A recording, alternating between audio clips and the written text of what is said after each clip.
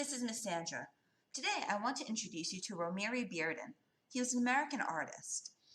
He lived most of his adult life in New York City. He worked as a social worker during the day and, like lots of artists, made his art mostly at night and on weekends. He was a cartoonist and painter and printmaker, but he's most famous for his collages. Music was a big source of inspiration for him. Besides his visual art, he also wrote poetry and jazz. Sometimes his art would be about music, and sometimes music would help him shape his art. Music has pauses that set off the notes. Bearden tried to capture that rhythm in his art, big blank spaces for pauses with fine details for notes.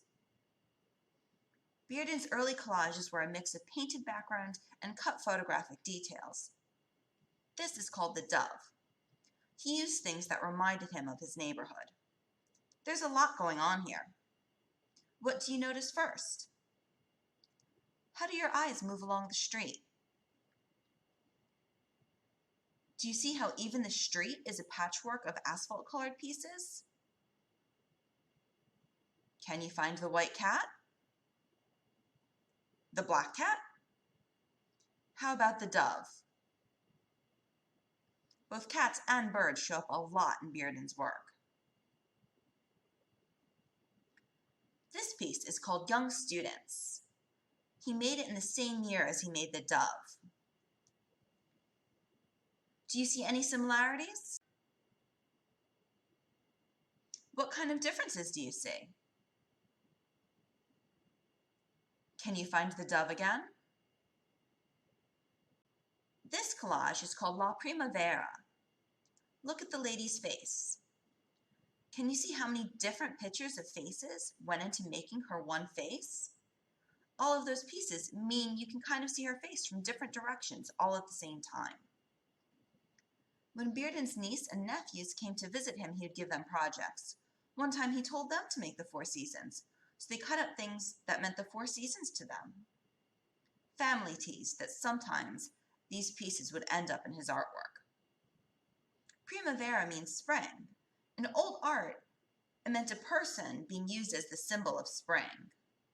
Do you think in calling it this, he meant for us to see her as spring? Or that this picture takes place in spring? How would you show spring? This is the block. It was inspired by life in Harlem. It is a single image, but it's spread out on 6 different pieces and shows people going about their day and the different buildings important to everyday life. Look at the buildings closely.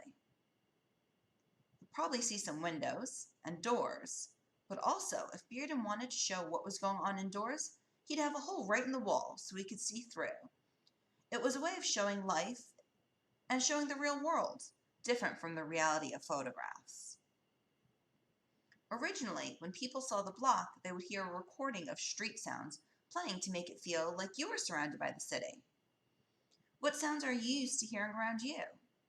Does your home sound different right now? I always heard a lot of traffic where I live. Now there's a little less traffic, but it sounds like it moves a lot faster. Since we're talking about blocks, look at how he uses shapes. The buildings are all different sized rectangles, made of big rectangles of color. How would you make the buildings around you? Most of Bearden's early work used cutting from newspapers, magazines, and catalogs. Later, he would also include things like wallpaper, wrapping paper, foil, fabric, photocopies of famous works of art, tape, photographs. He'd also paint and change the pictures, erasing pieces or adding things. So let's try a collage with lots of straight lines. You can do one of your neighborhood, or a favorite place, somewhere you'd like to go, maybe even a favorite season. Or think of the people you want to hang out with once you can. Bearden described making art as putting something over something else. I guess that's pretty much what it is, but the details can get tough. You'll need paper, scissors, and glue. For paper, you want all sorts. Construction paper is good. Newspapers, magazines, and advertisements are perfect for cutting up, as long as it's okay with your adult. anything you can think of that might have interesting pictures or textures, especially if you can find ones with people. Sometimes people can be hard to find. Plus, if you want, maybe things to color with, crayons or markers and paint, so you can add your own. And in collages, you start with the things in the back, and then you have to slowly move forward to where you want to be. It's like building something, definitely putting something over something else.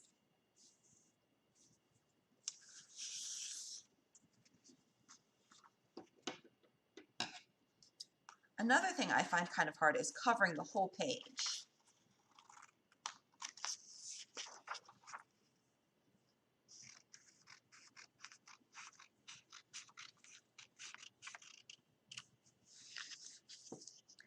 I tend to put things, doing it even right now, around the edges. Sometimes it feels weird to put things right in the middle, especially when you know you're probably going to put something else right on top of it.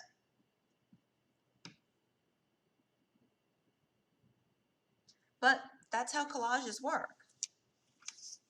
Sometimes it helps to start with the big pieces in the back, so they'll get covered over a little bit, but not completely.